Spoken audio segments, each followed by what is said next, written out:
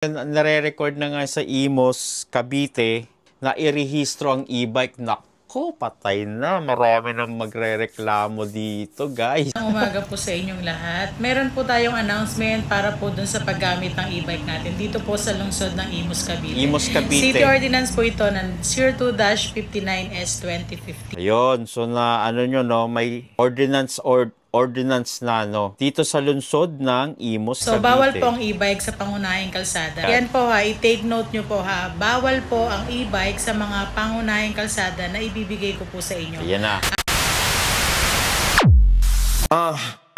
Ako ang inyong tito, walang mintis. Kwento ko'y buo, walang na-miss. Bagong balita, hatid agad kahit ulan, kahit init. Di ko iwasan ang lakad sa kalsada sa gitna ng ingay. What's up, guys? Ito ang yung Tito Odi at kayo nanonood sa Tito Moto Out. Chismisin na may konting vlog and anything under the sun, guys. Ayun, guys. Ano pag-uusapan natin ngayon? Ito na. Actually, gusto ko, nag-chill na ako kanina eh. Tapos may nakita ako, nag-scroll ako sa Facebook. Ito na, guys. Maraming iinit ang ulo dito dahil, ito sa Cavite pa lang to dahil usapang e-bike tayo, guys. E-bike. Ayun. So ngayon, dito sa Cavite, guys. Dito pa lang sa Cavite. Ewan ko kung sa ibang lugar. Pero dito na panood ko at nakita ko na paalala sa paggamit ng e-bike sa lungsod ng Imos, Cavite. Ito, Imos, Cavite pa lang to, guys, no? So, panoorin natin to kasi naano sa akin eh. So ngayon, tinatakil ni ate kung anong mga tawag dito kailangan. So ngayon, nare-record na nga sa Imos, Cavite na irehistro ang e-bike. Nako, patay na. Marami nang magre-reklamo dito, guys. At tanong kung magkano ang rehistro sa e-bike. Eto na, guys, no. So, hold your breath. Hold your breath, no. Hold your horses. Eto, guys, no. So, sabay-sabay natin. Ulit. Ayan, Magandang umaga po sa inyong lahat. Yan, meron po tayong announcement para po dun Ayan, may sa paggamit ng e-bike natin dito po sa lungsod ng Imos, Cavite. Yan, ulit. So yun, magandang umaga. Aguinaldo Highway, Aguinaldo Highway, Daang Hari, Open Canal at buhay na tubig. At isa pa po, dapat pong i-rehistro ang e-bike sa lungsod ng Cavite, sa lungsod ng Imos, Cavite. So yun po, ito nilinaw ni ate sa lungsod ng Imos, Cavite. So hindi ko alam kung sa ibang lungsod ng Cavite, maraming lugar ang Cavite, Tagaytay, katulad na General Trias o ano pa ba, Tansa, Ternate. Ito, Imos, Cavite ang nililinaw ka, Imos, Cavite lang ang inaano ni ate dito So, magpaparehistro po kayo, 300 pesos po yung bayad. Tapos, sa mga sumusunod po, yung 300 pesos daw ang bayad. Kasi nakalagay dito, requirements na kailangan dalhin nyo po sa TRU. Paki-take note nyo na din po ha. Meron po dong application form. Tapos, barangay clearance, humingi po kayo sa inyong barangay. Ilagay nyo po doon is for e-bike permit. Tapos, resibo po, ang importante po, resibo po ng e-bike na binilihan nyo. So, kung wala po kayong papel ng e-bike nyo po sa pinagbilhan nyo, kailangan nyo pong pumunta sa kanila para makahingi po kayo ng resibo. Yan. At pang-apat, pangalan po ng magdadrive po ng e-bike. So, kung dalawa po kayo magdadrive ng e-bike, dalawa po ilagay nyo po doon sa pipilapan nyo po sa TRU. So, yun lang po. So, ano pala, guys, na parang katulad natin, no, yung tayo mga may lisensya. So, yun. Kailangan nakapangalan doon sa ORCR natin, di ba? Halimbawa, ako may-ari ng motor, nasa ORCR ko yung pangalan. Or kung sino man yung bumili, di ba? So, ganun, parang ganun din. Kumbaga, yung ORCR na siguro yung parang ORCR na, tama ba? ORCR na yung lalabas ng ganun. What? Na ikaw ang may-ari. Importante po, magdala po kayo ng valid ID. Application form po manggagaling po sa kanila sa TRU, barangay clearance, resibo po ng e-bike na pinagbilhan nyo. So, yun lang po yung kailangan nyo pong dalhin sa TRU. Magbabayad po kayo ng 300 pesos. So, yun pa po, kautusan naman po para sa pagdadrive ng mga e-bike. So, kailangan po kung magdadrive po kayo ng e-bike, may helmet na po kayo. So, kung single na e-bike, kailangan mag-helmet. Pero siguro 2 wheels to. Tingnan natin. Po yung dala nyo, kailangan po yung kaangkas nyo may helmet din. Oh, yun. Kaangkas So, nyo. pangalawa po, bawal magsakay ng pasahero sa unahan ng driver. Kasi, Uy, commercial. Habang nagko-commercial, bastos tong commercial na to, no? So, kailangan naka-helmet. Pag single, no? Pero may 4 wheels na magsakay e-bike. ng pasahero sa unahan ng driver. Kasi, kalimitan po Ulit. nakikita. Application form po manggagaling po sa kanila sa TRU, barangay clearance, resibo po ng e-bike na pinagbilhan nyo. So, yun lang po yung kailangan nyo pong dalhin sa TRU. Magbabayad po kayo ng 300 pesos. So, yun pa po. Kautusan naman po para sa pagdadrive ng mga e-bike. So, kailangan po kung magdadrive po kayo ng e-bike, may helmet na po kayo. Oh, yun, may so, kung helmet. single na e-bike po yung dala nyo, kailangan po yung kaangkas nyo may helmet din. O, yun nililinaw ni ate. No? Pag single na e-bike, ibig sabihin yung 2 wheels, kailangan may helmet na din. What? Yan na mga, naku, ang dami magre-reklamo na naman naka-e-bike dito. Tingin nyo guys, no? So, shout out sa mga nag-e-bike. Anong tingin nyo dito? Kayo guys, kung anong tingin nyo dito sa anong to. So, pangalawa po, bawal magsakay ng pasahero sa unahan ng driver. Kasi, kalimitan po Ito yung nakikita 4 po wheels. nila talagang nagdadrive po is mostly puro mga bata. Yan. So, pinagbabawal na po yon mag-drive. Yan, ito yung problema sa e-bike, no? Yung iba kasi nakikita, mga minor pa yung nagda-drive, which is wala pang alam sa kalsada, di ba? Dito marami dito. Sa loob ng subdivision, mga ang babata pa nagda-drive na ng e-bike, di ba? So walang hindi actually para sa akin may okay to na may rules, di ba? Na kailangan 18 pataas, di ba? Hindi yung mga 13 o ano kasi paano kung madisgrasya, di ba? Ang mahirap nun, madisgrasya mo siya tas minor, ikaw pa may kasalanan. Ganun ba tas sa atin? Ayan. ng e-bike na may angkas sa unahan. Yun po. Pangalawa po, yun nga po, kailangan po yung driver po ng e-bike ay below 18 pataas. Oh, 18 pataas. Tapos, tama. kailangan po abot ng pasahero ang tuntungan ng paa pag nagdadrive. Ibig po sabihin, pag nagdadrive po kayo ng e-bike, kailangan po abot nyo yung pinakatapakan po nung sa e-bike po para maayos po yung pagdadrive nyo. So, yun po, yun lang po sa mga ka-e-bike ko at sa mga customer po namin ng Strive e-bike. Panatilihin nyo po, nasundin nyo po yung kailangan pong gawin para hindi na po kayo maabala. Iparehistro nyo po yung e-bike nyo. Kailangan po yung papel, yung dokumentong ibinigay sa inyo, lalo na po yung rehistro, yung tawag dito, yung resibo. Yun po, yung resibo po, kailangan po ingatan resibo nyo parang para po ORCR pagdating na nyo yun. po sa TRU. Pagpunta nyo po ng munisipyo, hanapin nyo lang po yung TRU. So, yun po, makakapag-rehistro na po kayo, bibigyan po kayo ng plate, bicycle plate doon po sa may plate na. TRU. So, yun lang po. Huwag nyo pong kalimutang magdala ng yung papel nyo po na binigay po sa inyo na pinagbilihan nyo po ng e-bike. So, yun lang po mga ka-e-bike. Sana po sundin nyo para hindi na po kayo maabala. Thank you so much. Thank you so much. Oh, guys, magbabasa tayo ng mga comments, guys, no? Tingnan natin. Curious ako sa mga comments, eh. So, yun. Magandang umaga po sa inyong lahat. Yan, basa tayo ng comment. Ito, merong isa. So, yun. Magandang umaga po sa inyong Tingnan nyo lahat. dito, guys, no? Pinagkaperahan pa ang LTO. Pinagkaperahan pa ang LTO at MMDA nga hindi inutos ng compulsar na iparehistro ang e-bike o e-trike. Oh, ang dami nag-like, oh. Tingin nyo, guys, tama ba? Ano bang ano nito? Kasi ito sa Imus pa lang to, guys, ha. Ayan, may mga sumagot. Dapat lang po yan kasi, ayan, ito sagot ni yung isa, oh. Dapat po yan kasi kalimitan sila yung cause ng aksidente sa daan. O, tingin nyo, tama ba?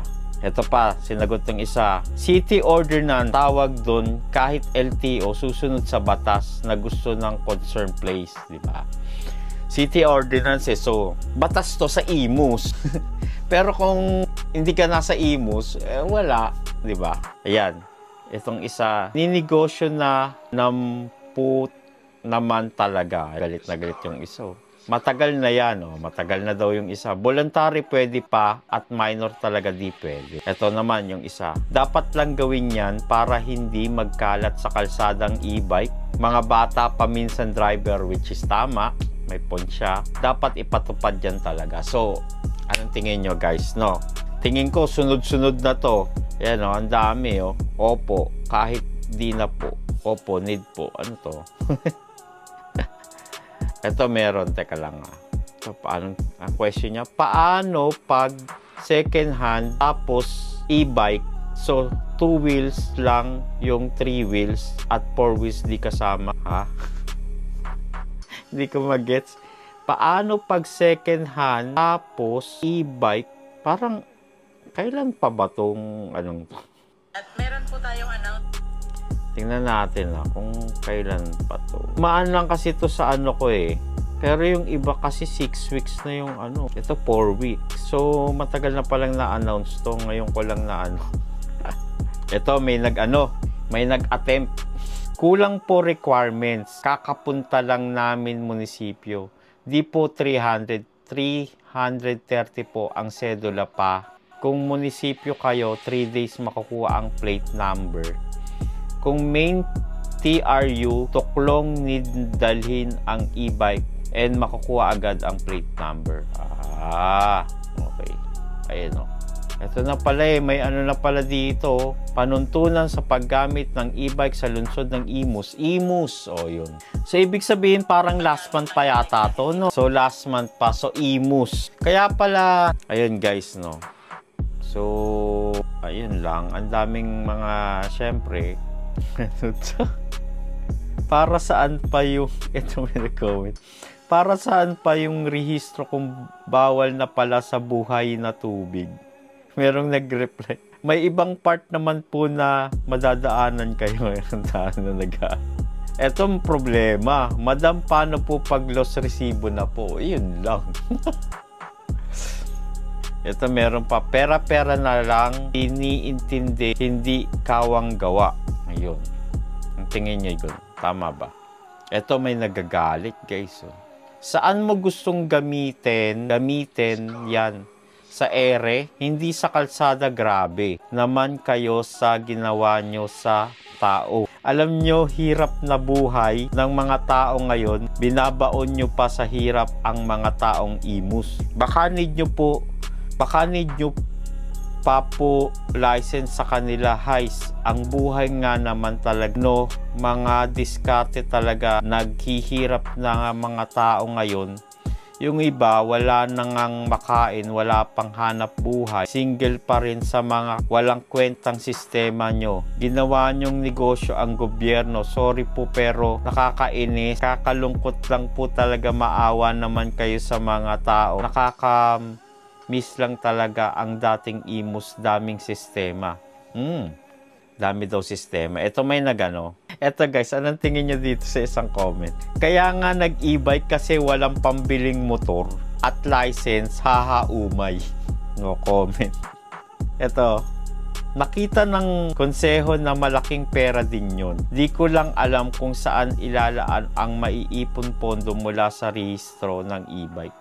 Ito, meron pa. Proteksyon sa TODA. Kasi malaki na din ang epekto sa mga TODA. Hatid sundo ng mga estudyante, gastos sa magulang, pagbawal ang e-bike.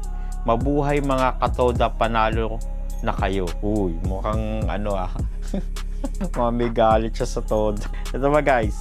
May mga dumaan na e-bike dyan sa Aguinaldo Highway.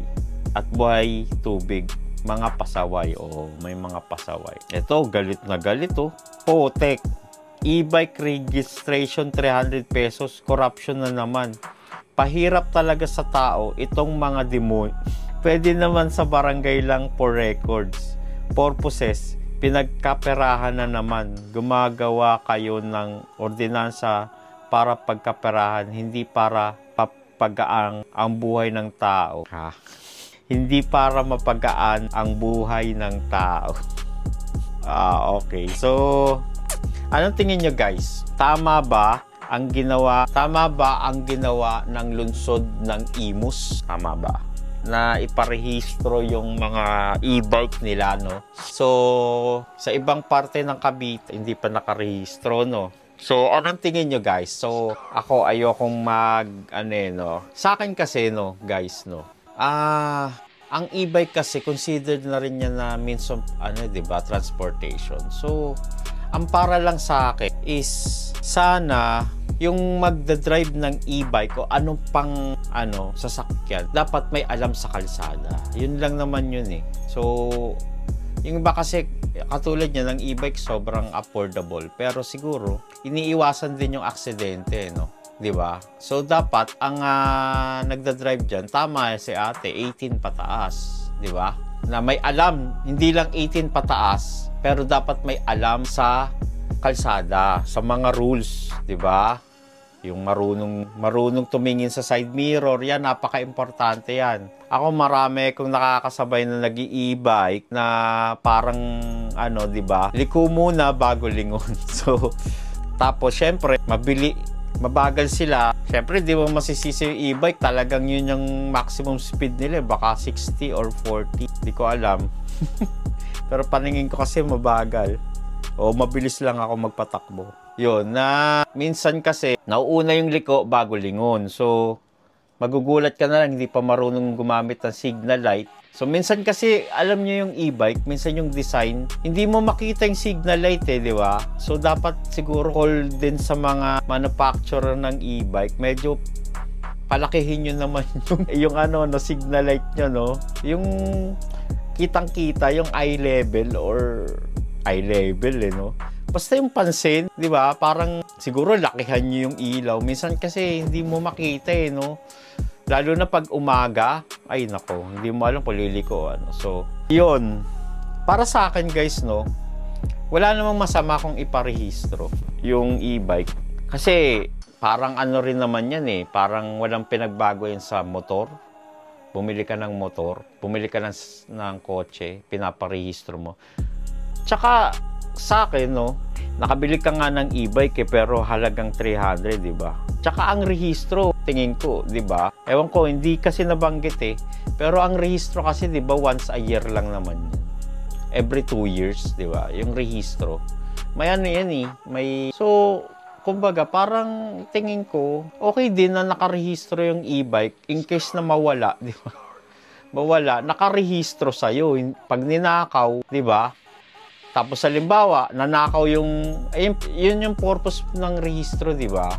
Na pag dinakaw yung e-bike mo, malalaman mo, di ba, pag halimbawa nasita yan, o nasaan yung rehistro niyan, o hindi nakapangalan sa'yo, di huli na ninakaw mo yung e-bike. Parang ganun yun di ba? Tama ba? So yun lang guys, no? Anong masasabi nyo na pinatupad ng Imus Cavite? Ewan ko kung kailan pa ba to, hindi ko alam Kasi yung ibang mga comment dito nasa weeks na 6 weeks, 4 weeks. So matagal na siguro to. Ako lang ang delay, no? Yun lang kasi dumaan sa feed ko Ayun. So anong tingin nyo guys, no? Tama ba ang ginawa ng lungsod ng Imus Cavite na ipatupad na irehistro ang kanilang mga e-bike? So, yun lang guys. So, comment down below and please share and subscribe naman guys na para medyo dumami naman tayo. So, yun, maraming salamat sa inyong panonood. Ito ang yung Tito Odi at yun na sa Tito Moto Out. Chismisan na may konting vlog and anything under the sun. Maraming salamat and bye-bye. Laging handa, ito ang buhay ko, ito ang kwenta. Tito Moto Out, kilala